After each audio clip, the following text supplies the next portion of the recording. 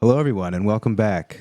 Today, we're going to be discussing Christianity, but more specifically, the neglected aspect of Christianity, its impact on the development of Western civilization.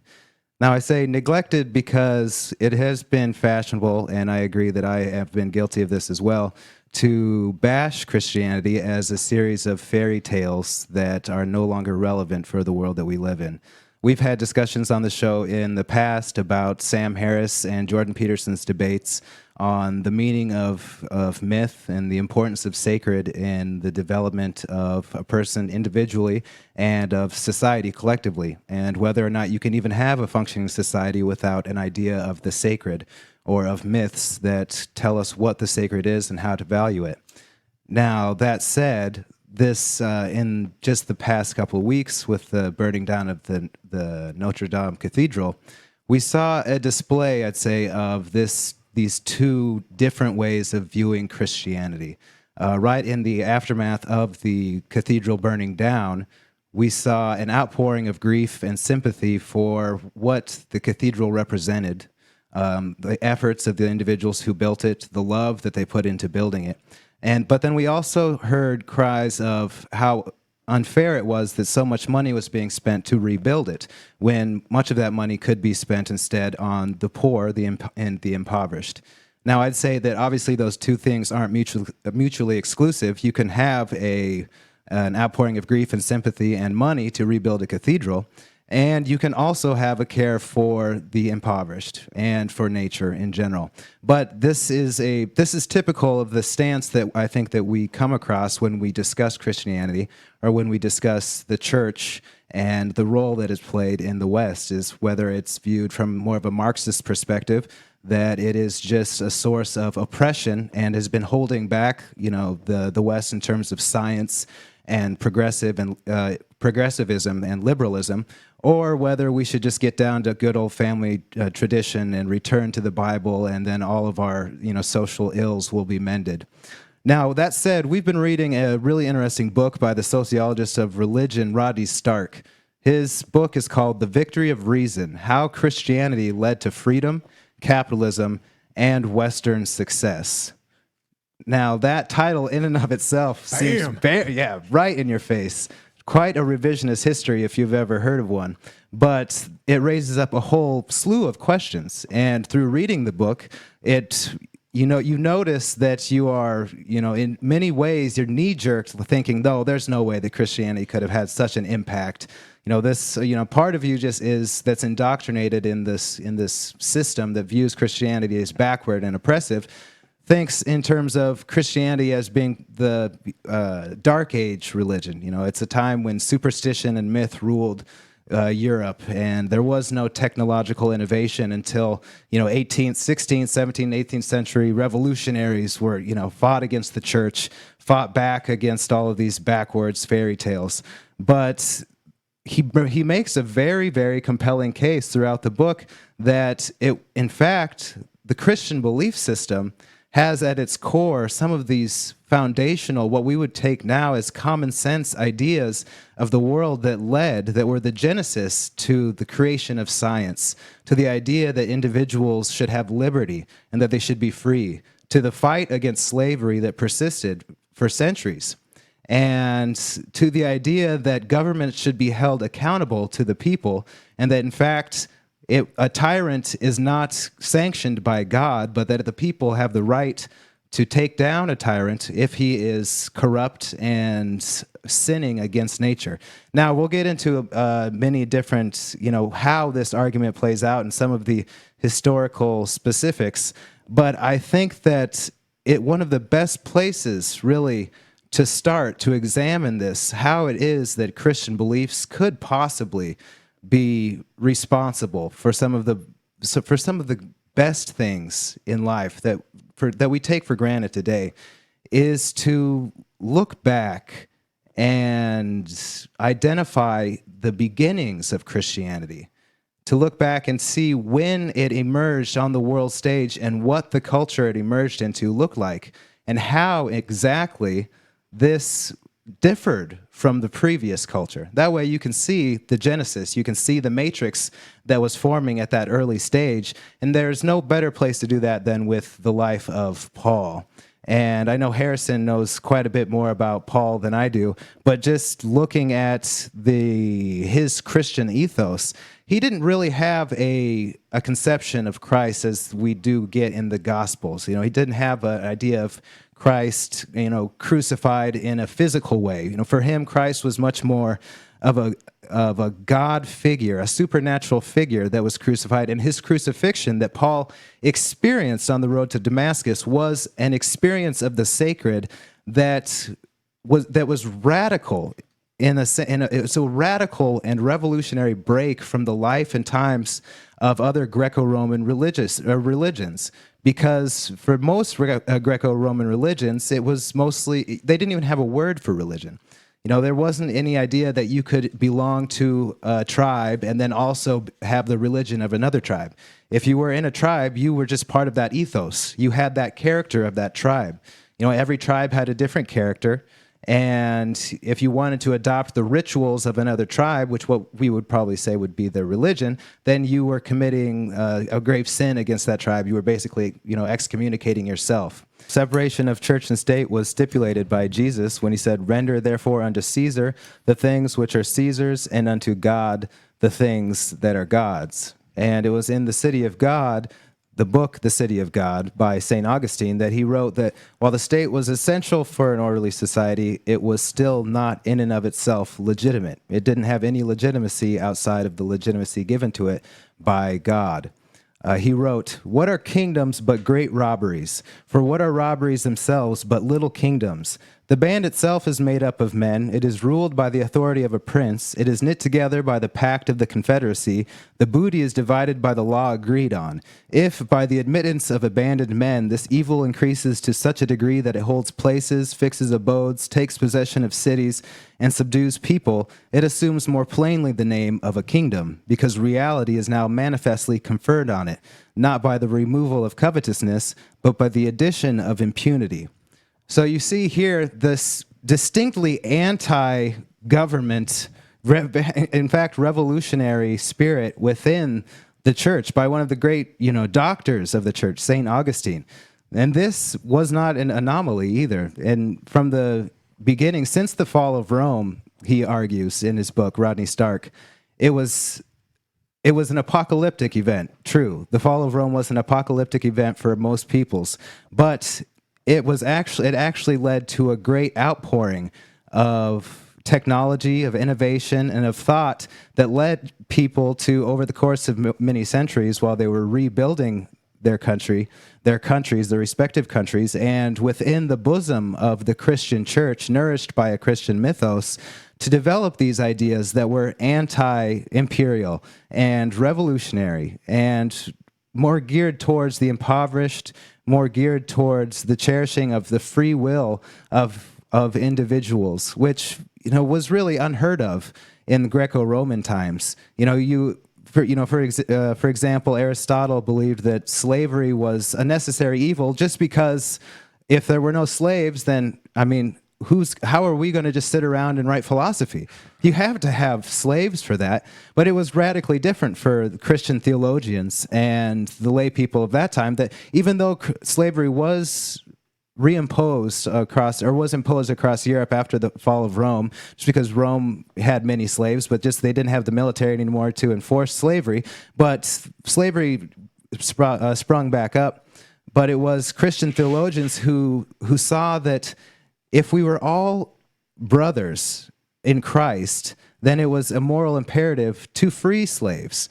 And so then the church began to give the sacrament to slaves. And by doing that, by conferring this Christian ideal on slaves, they universalized mankind. And in many ways, that in and of itself led to a breakthrough in terms of how people viewed not only one another, but the world itself, their relations with one another. And just as Paul said, there's neither Jew nor Greek, and I can't remember the rest of it, but neither free nor no slave. Free, no slave in Christ.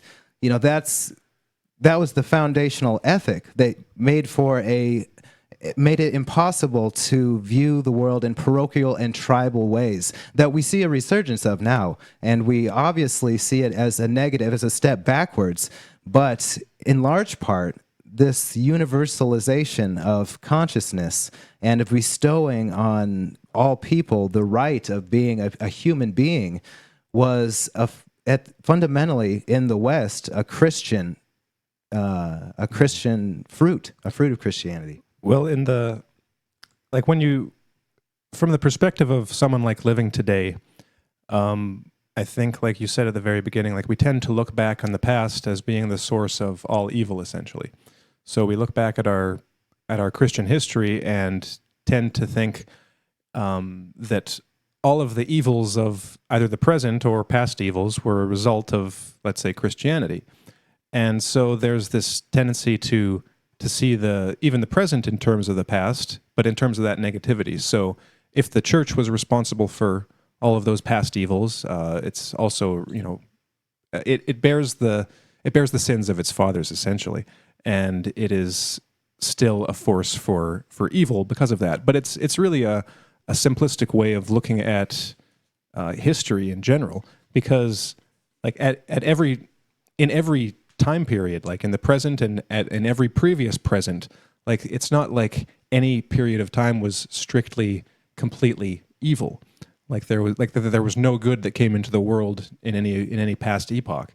But so I think it would be charitable, to use a Christian phrase, to look back at history and to try to tease out and separate the wheat from the chaff and look, well, what really was going on? Like, what were the positive and negative developments? So, of course, we're all familiar, or at least somewhat familiar, even if just on the surface, of some of the evils of the past.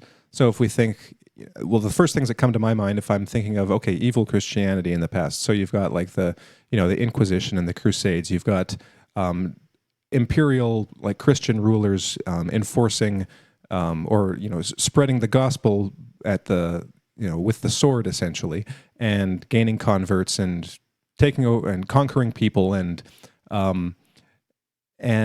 then the entire weight of that like imperial totalitarian kind of top-down structure of government and control over and hierarchical society.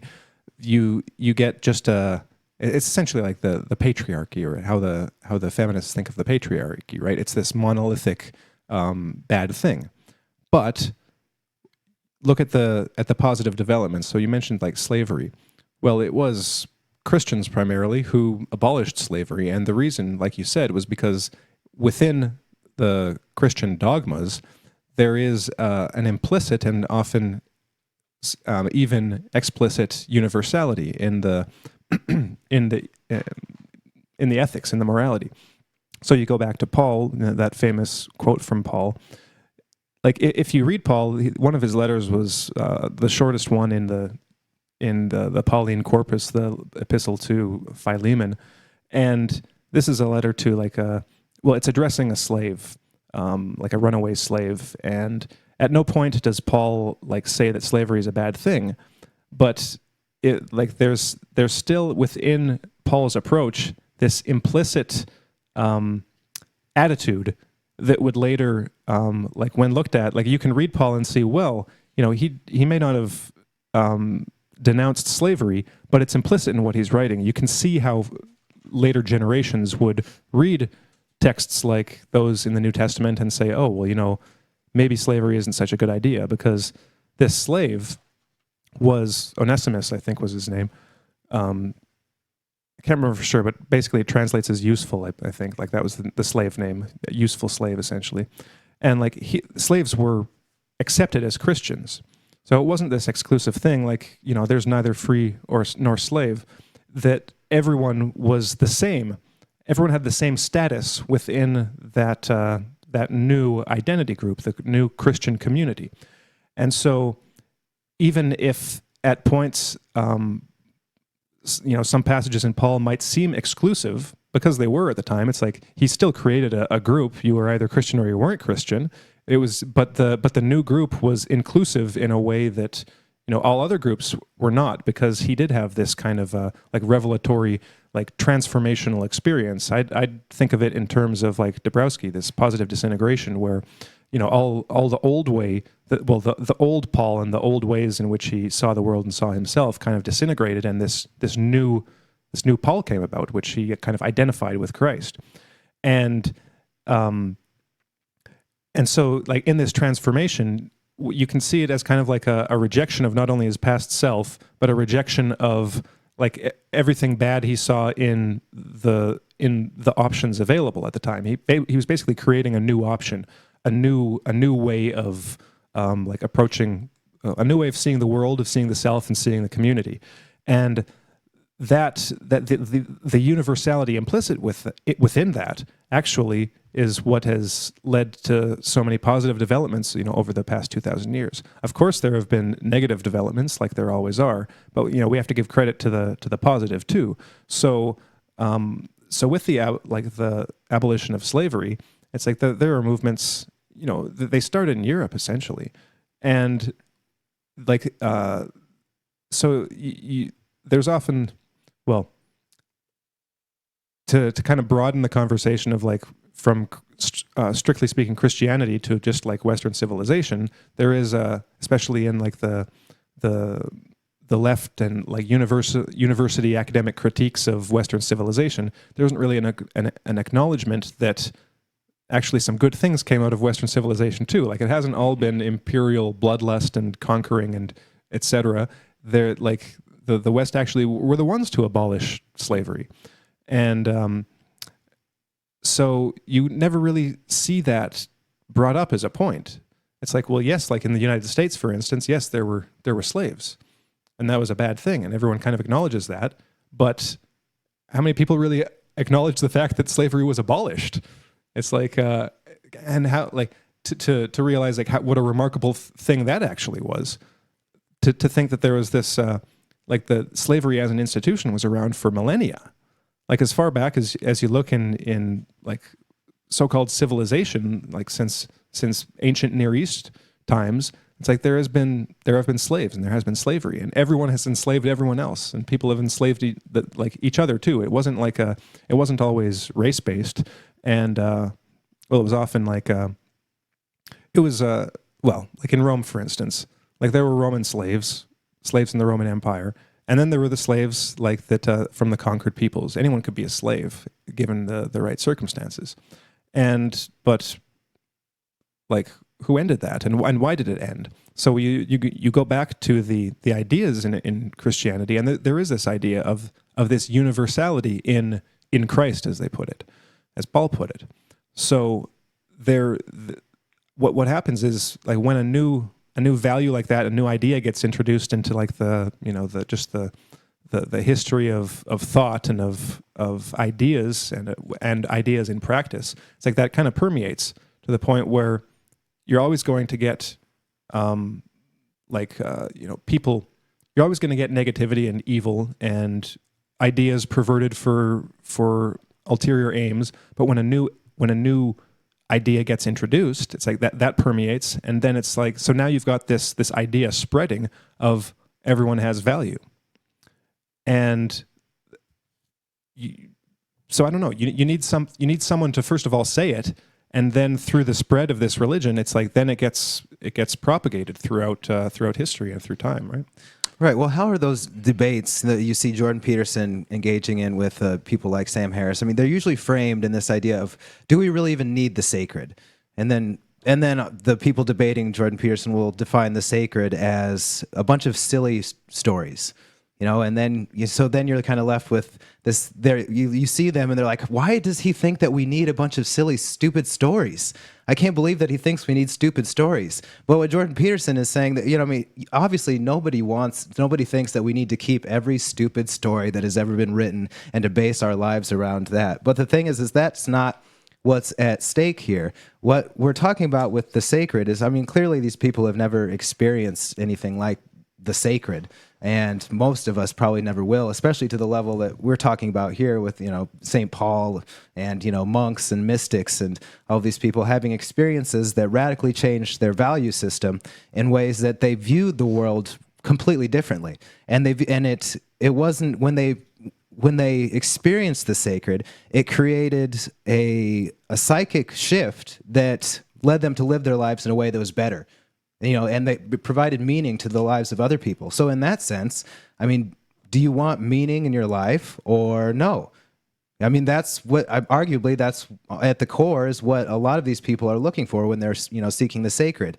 And so, and on that level, of course, we need the sacred. But something that we don't really talk about very much is how we view the sacred in terms of like belief systems and how important belief systems are and what our individual and personal beliefs about the universe are in terms of the effects that we have on others and in the lives of other people.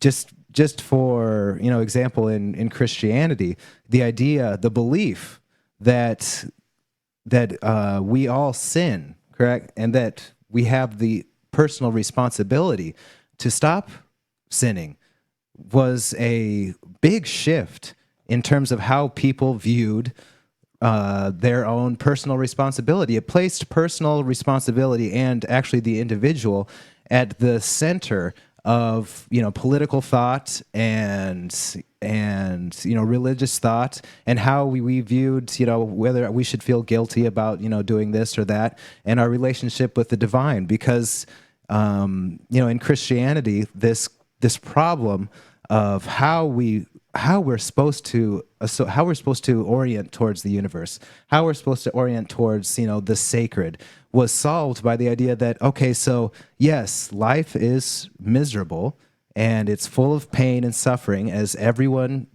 under the sun knows. And as Zizek pointed out in that debate with Jordan Peterson, it gets so bad that even Christ himself on the cross can become an atheist and renounce his own religion. He is God incarnate, and he can become an atheist. But at the same time, the belief, this imagery, this belief in a cruciform God, a God that dies and is resurrected, seem to provide such a it's a radically transformative image that when you believe in it, it makes it seem like anything is possible. That yes, life is suffering and it's horrible, but there is hope in striving. And bearing your cross, so to speak, and at the core of it, I think that was what caused Christianity to spread so rapidly, was because it did solve this tragedy of existence. And it did it in a way that, you can't just dismiss it as a fairy tale, as a group of fairy tales, because at its very core, it is a problem. And it's like Peterson would probably say, it's like a problem of problems is at its very core. And then Christianity, and this is one of the themes in Rodney Stark's book, is that by solving this problem, it freed up the energies, the intellectual energies for countless individuals to begin solving other problems. Mm-hmm. And then, arguably, this then led to the development of a very robust theology, which is what Rodney Stark says was critical in the development of science. Because it was this theology that placed God, the ultimate intelligent designer, so to speak, outside of creation, but all of creation was his secret. He had secrets everywhere, so no matter where you looked, if you investigated, you could come up with a rational understanding of why God did what he did. And this was the foundational hypothesis of science. That was the hypothesis that, okay, so we can do science because the universe is rational because God created it, and God is the ultimate rational being. And it's not just Rodney Stark who said that. I've got a quote here from Alfred North Whitehead, a philosopher that we've talked about quite a bit. He shocked his audiences in 1925 when he said that the greatest contribution of medievalism to the formation of the scientific movement was the inexpugnable belief that there's a secret which can be unveiled. And how has this conviction been so vividly implanted in the European mind? It must come from the medieval insistence on the rationality of God, conceived as with the personal energy of Jehovah and with the rationality of a Greek philosopher. Every detail was supervised and ordered. The search into nature could only result in the vindication of the faith in rationality. So clearly, I mean, like Newton, Kepler, Galileo, all of them regarded creation itself as a book. Everyone viewed it as a clockwork mechanism. This obviously is, one of the main reasons why we have such a mechanistic view of the universe today. But it's just because nobody felt, after a couple centuries, you're like, well, there's no God out there. We didn't find God. But that just reflects the degeneracy of your overall worldview, kind of a forgetfulness of the history of the original hypothesis. It wasn't set out to, find God in the universe. It was just finding how God created the universe and what it was, that you knew the laws were there. And as that moves forward in time, you're naturally, as you become more intelligent and you go on to greater and greater questions, greater and greater problems that don't require a belief in God. And so then we get to this problem that we have today, where now our God is this, abstract theorizing about how the world works, believing in our own abstract statements.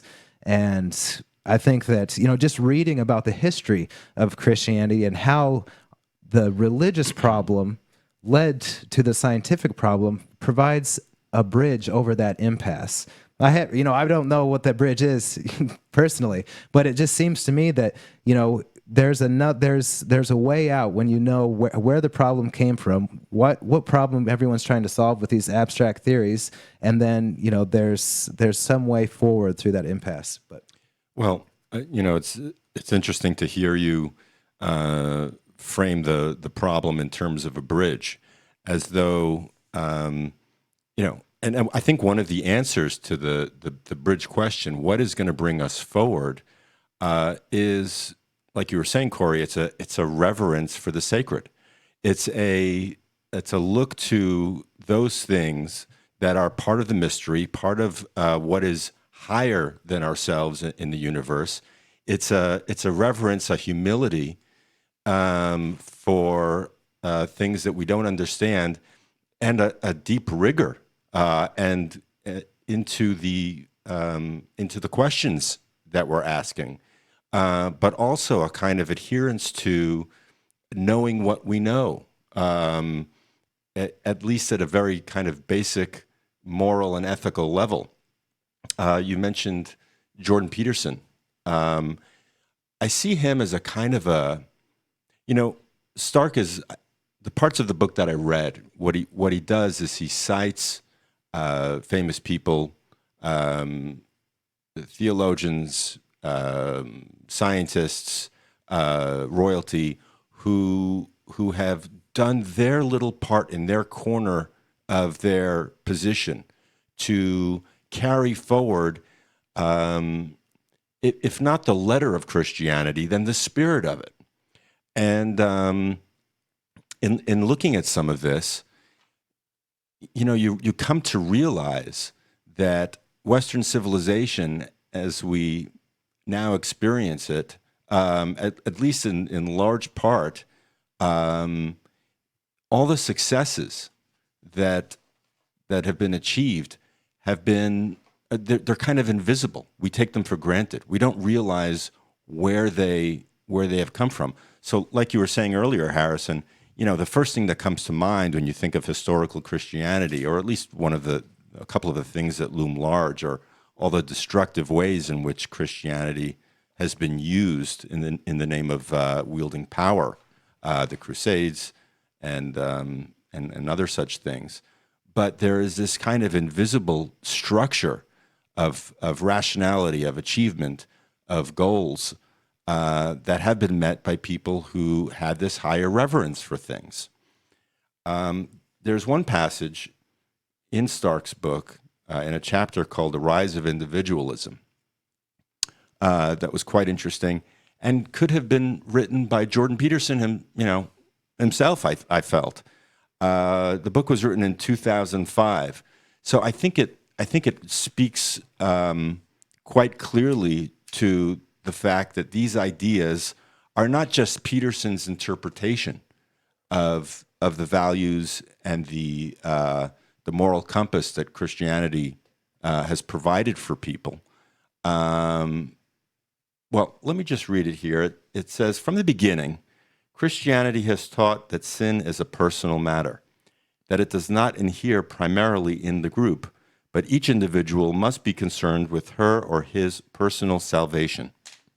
Perhaps nothing is of greater significance to the Christian emphasis on individualism than the doctrine of free will. If, as Shakespeare wrote, the fault is, quote, in ourselves, end quote, it is because we believe we have the opportunity to choose and the responsibility to choose well. Unlike the Greeks and Romans, whose gods were remarkably lacking in virtues and did not concern themselves with human misbehavior, other than failures to propitiate them in an appropriate manner, the Christian God is a judge who rewards virtue and punishes sin. This conception of God is incompatible with fatalism. To suggest otherwise is to blame one's own sins upon God, to hold that God not only punishes sins, but causes them to occur. Such a view is inconsistent with the entire Christian outlook. The admonition, quote, go and sin no more, end quote, is absurd if we are mere captives of our fate.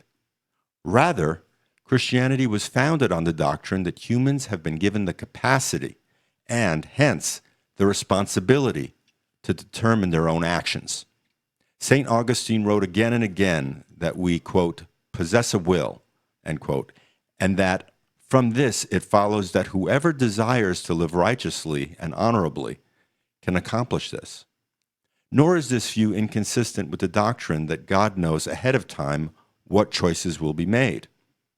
Writing in refutation of Greek and Roman philosophers, Augustine asserted both that God knows all things before they come to pass, and that we do by our free will whatsoever we know and feel to be done by us, only because we will it. But that all things come from fate, we do not only because we will, that all things come from fate, we do not say. Nay, we affirm that nothing comes to pass by fate. While God knows that we will freely decide what we will freely decide to do, he does not interfere. Therefore, it remains up to us to choose virtue or sin. Again, this is, if you've been listening to Jordan Peterson and his underlying message, he has extracted I think, one of the core messages of Christianity.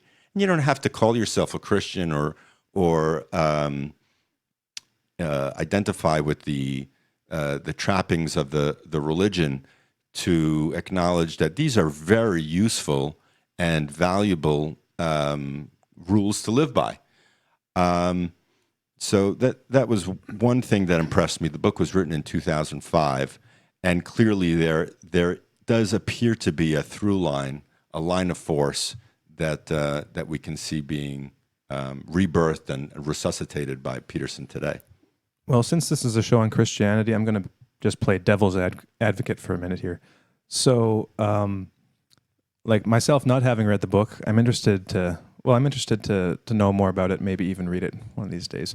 But I'm wondering whether, maybe you guys can tell me, is his point that that Christianity is responsible for all these great things, or that basically the Christian ideas were compatible with some of these advances that we see? Because like so far, a lot of these ideas, like the except maybe the sin one is an exception. I don't know enough about different belief systems and ancient kind of philosophies to be able to say. But it seems to me that a lot of the ideas are just as compatible with other systems too. So like this is the example I'd give. So with the advancement of science and the kind of birth of the kind of scientific practice within the Christian era, that Christian theology and the development of Christian theology was basically consistent with those aims, with searching, like with seeing the ordered universe and then discovering that order and understanding it and putting it in a system where everything fits and everything fits together in an orderly manner and makes sense, essentially. But the Greeks were doing that too, and the Greeks weren't Christians. The whole idea of Greek philosophy was to create a system that would explain everything and no branch of what we'd call science today, and no kind of interest was off limits. So you had math and biology and physiology and physics and moral theory and theology. Like all of these things were valid topics, and the goal was to create a system in which all of them kind of in which all of them fit, and in which they didn't contradict each other. So the idea was to create this speculative metaphysics, this cosmology, this system in which not only the study of those made sense, but the things being studied themselves made sense and all fit together. So the way I kind of see it now is that it wasn't so much Christianity that made that possible in the later rise of the scientific giants, like Newton and Galileo and all of them. It's that it was just a compatible belief system. It wasn't Christianity per se. It was just that Christianity, as it had developed, also allowed those things to be possible, whereas they were previously possible, in the system of Greek philosophy too. And so, and even with in that quote, he talked about the Roman and Greek philosophies, and like when we talked about Paul and the Stoics, there's a lot of similarity between Paul and Stoicism, for instance. So you could take a philosophy like Roman Stoicism and come to a lot of the same conclusions. It's just that Stoicism didn't become a major religion like Christianity did. Christianity had the advantage of if not actively taking, that's debatable. I think it did. I think Paul did to some degree, adapt some Stoic ideas.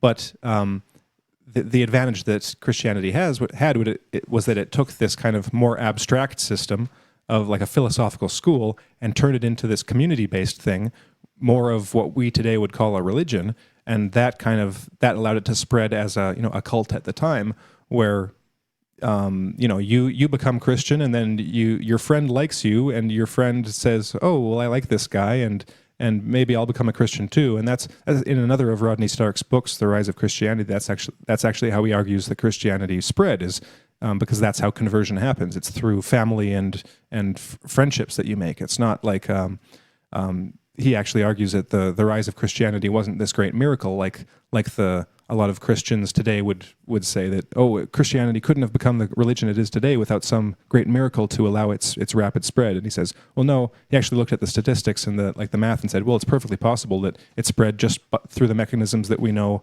by which we know conversion happens, which is friendships and family connections, essentially. And he gives the example of the Moonies and how the Moonies rose and expanded in the United States, and it was basically one missionary comes over, lives in this, basically rents a room in this lady's apartment, and then that lady and her friends all converted, and everything spread from there. It wasn't active proselytizing, going door to door to get converts. It was actually the converts came from the personal relationships that developed. So maybe now you guys can answer my question: is he in the camp that that it was specifically Christianity that made all these things possible, and without Christianity none of this would have happened? Or is he more in the camp of well, it just so happened that Christianity allowed for a lot of these things to happen that might have happened otherwise? No, he's definitely in the camp that it's Christianity, specifically Christian theology, that made all of these things happen. Mm-hmm. But also that it's because Christian theology was compatible with capitalism and science and all of these different things. And I was credulous too when I first read the book. So I was also reading Toby E. Huff, a historian, his book, The Rise of Early Modern Science, and and going through other materials and source notes and finding that a lot of people are kind of at this not at the same thought that theology made this possible, but they're facing the same problems when they're trying to explain why science didn't rise during Greco-Roman times, why science didn't rise in China, why science didn't rise in Islam. Why was it that Western Europe created science? And so Stark's hypothesis is that it was Christian theology that made it possible, because this very robust theological argument that God created the universe, for one thing, that God created the universe, set it like a clock, and then made it run, was completely different from other conceptions of the universe. For example, Greco-Romans, they believed that there was, forces like living beings in the skies, and that the universe itself was kind of distinct from the gods, that the gods themselves were subject to the vicissitudes of fate, and that there wasn't really an arch Godhead. But just the theology was one part of it, but another aspect of it was, like we were talking about, individualism, free will, and this kind of sense of universal history, universal knowledge that was capable of being discovered through discovering God's secrets. There's one rational God that created the universe. His son was Jesus Christ, and so on and so forth. And the other conceptions, theological conceptions of the universe, were not completely incompatible, but they were just for example, in Islam, they didn't get a chance to create the institutions of science, even though so much of Copernicus's data, just the raw data and mathematical theories and all the theorizing about the heliocentric universe was there, and he got it from the Arabs, but they didn't create the science in the same way. They weren't able to make that leap forward because of theological commitments to basically a geocentric closed system. That if you were to be caught practicing science, what was at the time called foreign sciences, they weren't the natural sciences, they were the foreign sciences, you were at risk of being seen as impious. And if you were impious, then obviously that's a huge mark against you in very strict Islamic societies. He has similar arguments for China, but the point remains is that he is arguing that the theological view of Christianity made it so that there was an emphasis on freedom. And so then that freedom manifested not only in the political freedom, but in free markets. And he cites the works of like Saint Albert Magnus, who was writing about free market rates of interest and whether or not they were you were a sinner if you were practicing usury, and all of these different ideas of what it meant to come into commerce into the world, and whether or not people should be free when they do it. And it was very much Christian morality that said, yes, people should be free as long as they're not hurting one another, and they're not enslaving one another. They should be free to participate in the market at their own leisure. And science was another aspect. The freedom, political freedom was, you couldn't have capitalism without political freedom, and it was the Catholic Church that was a main voice for it. But he doesn't argue in the book that it was all, just the Christian church came in and then everything was hunky-dory. Mm-hmm. Basically, what I'm getting from it, and he doesn't say it explicitly, but this is the way I'm seeing it, is that you have to divorce this belief system, like this thought center, basically, from the nuts and bolts reality. Like in some places, it was able to manifest more fully, as long as the conditions were right. If the conditions were right, there was at least some amount of freedom, and they were, inculcated in a Christian atmosphere. There was the geography was right. They could trade, and they had the ability to create the institutions. Then they did.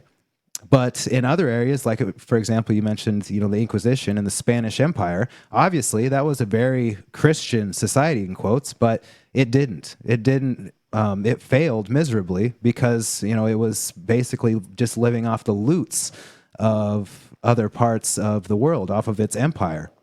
And it wasn't implementing these innovations that other countries were implementing just because it could live high on the hog and get away with it. But the problem is that like I guess what you'd say is, was that real Christianity? were they wasn't real practicing real Christianity? And I take it the hypothesis as a hypothesis, but he puts forth a very good argument for it, even though it's not 100%. You can't just say, well, since I believe in Christianity, then I'm a scientist. It's not that. It's more that this moral matrix that's in Christianity was compatible with all of these different things, and in fact incentivized all of them in a way that, like Jordan Peterson would say, was like this. That was the star above the horizon that everybody could focus on. And as a society, you had this guiding value, this very complex but like intricate and attractive moral system that told you that suffering had been overcome.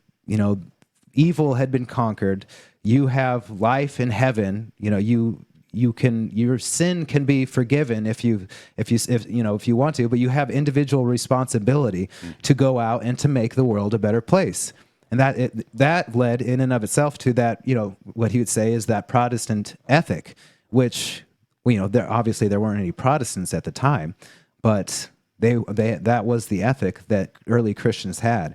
Especially in monasteries. He points out that in the Catholic Church they owned so much land, and there was all of these monastic estates developed, and they weren't like your average monk who wanted to go and retire and meditate and get away from work. And they weren't like the Greco-Roman elite who hated who hated work. The basic ethic of the Greco-Romans was that if you had to work, you were lowly on the level of a slave.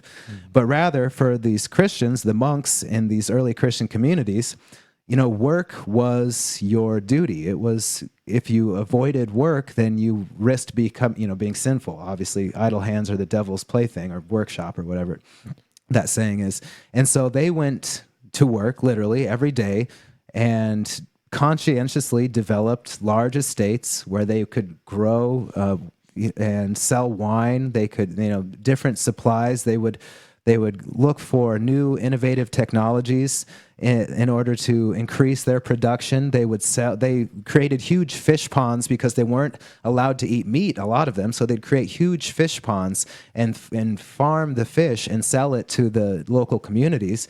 And it got to the point where they were so wealthy that then they started hiring people from outside of the community to come and work for them. And they became uber capitalist firms because they had to manage a workforce. They had to think about how to use the capital from every year in order to increase their worth. And yet they were distinctly Christian. They had a distinct Christian mindset, just like any Christian monk would have. But they were just frugal, just uber frugal Christian capitalists. Uber frugal. Well, it kind of reminds me a little bit of just the family unit and how these monks who worked on the estate had, through Christianity, this social cohesion. They were all kind of on board with each other, thought, in a similar way about similar things, were constructive, reached out to the community, and basically lived and fulfilled useful lives. Where outside of that kind of structure, you had, I guess, royalty and serfdom and all of these variants of slavery and other types of things going on in Europe in the last few hundred years. So it seems that as though there is this kind of an outgrowth of innovation that these monks and groups of the religious were able to build on. Well, so it sounds to me like, coming back to my question, that within the Christian kind of worldview, that there were several ideas that basically went really well together and allowed for a lot of things to happen. I want to read another quote from Whitehead. This is from The Function of Reason. This was published 1929, actually, so 4 years after that quote you read earlier, Corey. So this is, well, I'll just read this paragraph. All things work between limits. This law applies even to the speculative reason. He's talking about reason. He's distinguishing between basically theoretical reason and practical reason. So like the coming up with methodologies and things that work and like methods that work, and then this more speculative theoretical reason which comes up with the kind of the bigger framework where all the pieces fit together. So this would be like what I was talking about earlier in the kind of like the Greek philosophical tradition. So he says the understanding of a civilization is the understanding of its limits. The penetration of the generations from the 13th to the 17th centuries worked within the limits of the ideas provided by scholasticism. So this would be like Thomas Aquinas and kind of the traditional like Christian theology and philosophy. These five centuries represent a period of the broadening of interests rather than a period of intellectual growth. Scholasticism had exhausted its possibilities. It had provided a capital of fundamental ideas, and it had wearied mankind in its efforts to provide a final dogmatic system by the method of meditating on those ideas. New concepts crept in, slowly at first, and finally like an avalanche. Greek literature, Greek art, Greek mathematics, Greek science. The men of the Renaissance wore their learning more lightly than did the scholastics. They tempered it with the joy of direct experience. Thus, another ancient secret was discovered, a secret never wholly lost, but sadly in the background among the learned section of the medievals, the habit of looking for oneself, the habit of observation. So he's basically talking about the rise of science here, too, and is basically saying that, well, later on he says on the next page, just to give some background on scholasticism, he's not saying it was a bad thing, like, because the way he talks about the scholastics was basically they were trying to come up with, just like the Greeks were, like a system of undoubtable premises from which to come with everything else. So these really crystal clear concepts like you see in Thomas Aquinas where everything fits together logically.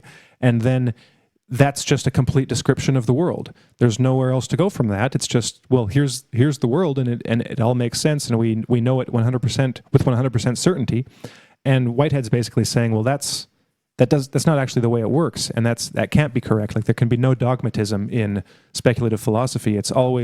There should always be like the desire for something better, for a better understanding, and that's always possible because we can never have a complete understanding. So he's saying that was the problem with scholasticism, was it's basically it's dogmatism, and because they basically exhausted their possibilities using this dogmatic system. It's like, well, it's already all there. We already know everything. And he says that's essentially why they didn't develop over those 5 centuries very much. But he says that it was the recasting of the medieval ideas so as to form the foundation of modern sciences, which was one of the intellectual triumphs of the world.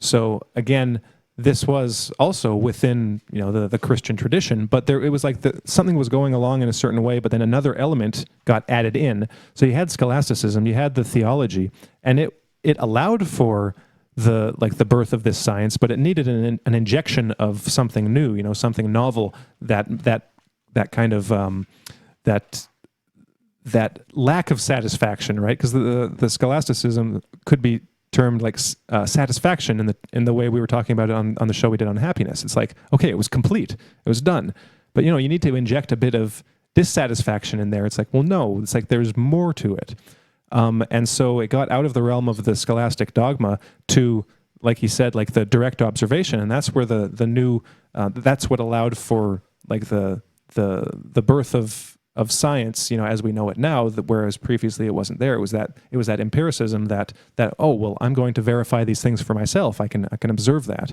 And so then, well, so he talks about how that developed with like Newton and people like that, and then the problems there too. But so just to kind of summarize and bring together the points that I've been trying to make is that what the whole Christian system did was basically provided the raw material for a lot of things to grow up out of the Christian tradition. It wasn't necessarily that they were there in essence, like in essence within the system. It's not like you convert to Christianity and therefore you all of a sudden become a great scientist, like you said, Corey. It's like, but it creates the possibilities for those things to develop, and it did create those possibilities. So what we saw was that, you know, through these ideas of like through the universal idea of like every person as having free will and being responsible for their own, well, partially responsible for their own salvation. You know, you do have to put some effort into not sinning, but also the fact that everyone is potentially like a brother or sister, essentially. And then so you have these ideas of freedom and like openness and these possibilities for new things to enter into, like into the individual and into the community, into the mental life of the wider community. So you have the allowance for development of things like a free exchanges and like free market, and for moral philosophy and for a view of nature that sees it as inherently ordered, like the Greeks saw it. But then with this added like impulse to observe and test, again, you could bring this back to freedom with the freedom to see order and to understand order because of the divinity which is in everyone. You have all of these things then allow for the developments of like science and economic systems and kind of like liberation type like movements and like within with the system of slavery, for instance. And it's just that it seems to me that all of these things were kind of like made possible by it, not necessarily because they were exclusively like, you know, Christian ideas or exclusively, you know, within Christianity. It's just that it was like a convenient marriage of a whole bunch of different ideas that allowed these things to happen. Yeah, I think I'd have to agree in some sense, but I can't think of it as just being convenience. That's just, you know, just my sense of, maybe that's just my own, you know, moral taste bud for, you know, the sacred, is that there just seems to be just a way in which Christianity, like you said, it was compatible. These ideals were compatible with a lot of things, but I also think that these ideals in and of themselves have a separate existence. You know, so it's not just like that it was a convenience, but it's more like when people connect with certain ideals, then those are the kinds of things that become available. That's the kind of future that opens up for humans, is that when you connect with ideals like free will, personal responsibility, questioning, constant questioning, and an openness to you know, rethink, you know, previously held theological beliefs. You know, like for instance that, you know, St. Paul said that slavery is okay, but then theologians were like, well, we used our reason and we're going to reason that actually it's not okay to enslave a fellow Christian. So, you know, this openness to use reason and to follow this, what previously was just like a stoic path reserved just for a few, but now opening it up for all of society. When you follow these kinds of ideals, then science, freedom, those are the kinds of things that you see. And you know, obviously, when you look at history, you know, just, you know, blind collectivism, tribalism, and many different things that have been tried, those kinds of ideals, it turns out they're not as conducive to such pursuits. So just looking at it, like, I agree with everything that you're saying, and just wanted to add that I don't think it's just convenience, but rather a fundamental part of nature that we don't really grapple with. We haven't really had the maturity, I guess, to grapple with as you know, as a society. Obviously, on the show, we've talked about the independent state of the mind quite a bit, but that, yes, mind is important. Beliefs are important. Beliefs can be pathogenic, or they can open you up to unlimited possibilities. And, you know, like, you have to watch out for them. Well, I would just like to add that, you know, Stark may have been anticipating some of the kind of nihilistic tendencies of Western culture when he wrote this book, I think that he kind of saw a place where his understanding would fill in the lack of understanding of Christianity's value to Western civilization. And I could agree with you as well, Harrison, that it's not necessarily so much Christianity per se that is responsible for many of the accomplishments in science and theology and humanity of Western civilization, but that it was the firmament of it in some ways. It created the possibility for its fruition in many areas, and I think it's safe to say that Stark was, in presenting this information with his book, was trying to make the point that Christianity definitely has a place in some of the most valuable developments of Western civilization, and we don't have to go whole hog necessarily and reduce it to only Christianity as one of the most, the brightest or the best feature of Western civilization, but that it has its place. And along those lines, Corey, at the top of the show, you mentioned the fire at the Notre Dame Cathedral.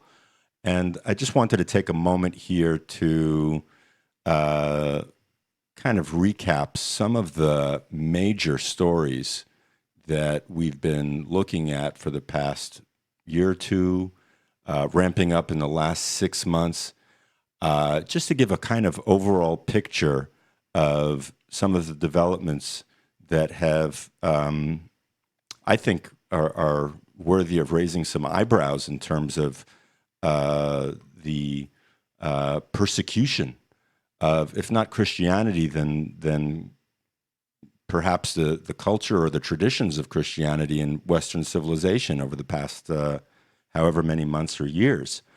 So, few things. One, we've been seeing that it hasn't just been Notre Dame that has been desecrated by fire, and there's much information that's come out to suggest that this was no random accident. There has been a pattern of vandalism and fires all across France, dozens of them over the past few months in particular, which should give one pause. We had the terrorism in Sri Lanka, that the 8 bombs that went off in both churches and hotels that have killed over 300 and injured another 500. We have acts on universities where individuals who are just kind of handing out Christian literature are being asked to stop because some are finding it offensive. We have Barack Obama and Hillary Clinton, tweeting sympathetic tweets in kind of sympathy with Muslims who were killed in the Christchurch terror.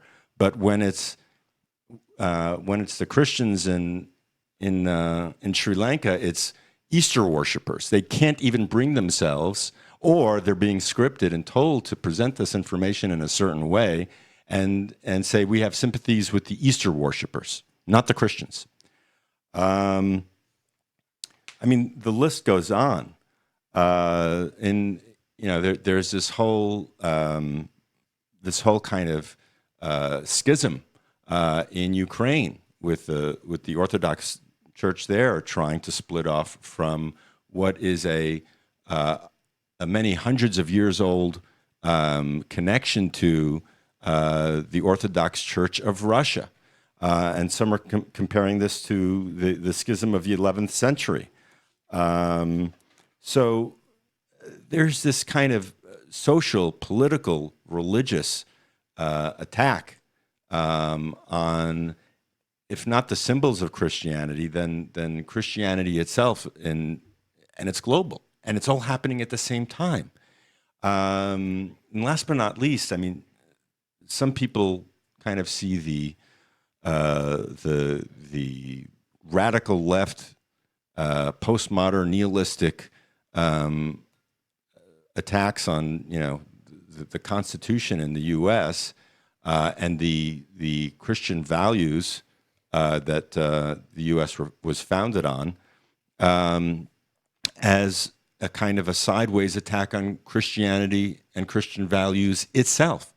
So we're seeing all of these things happening at the same time, and I think it's multifaceted. I think there are geopolitical dimensions to it. I think that there are social dimensions to it in the form of a kind of social contagion of people who have only defined Christianity in terms of its worst ills, but it doesn't bode well for those values and those morals and traditions that have been constructive for the Western world when it seems to be under attack in all these different dimensions.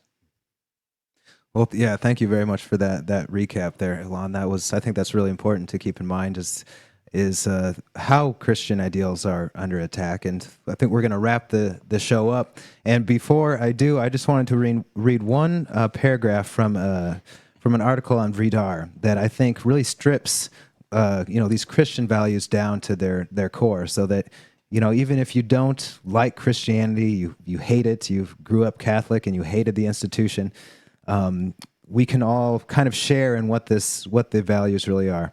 This is what he writes. This is what made the Christian gospel something familiar and alluring, even captivating for the masses of people of the Roman world. It was a story they had heard long before and had learned to admire and respect. Stories of endurance, of suffering, and courage in the face of overwhelming fate had prepared them to hear the same story again, but now one in which they themselves were included in a new way.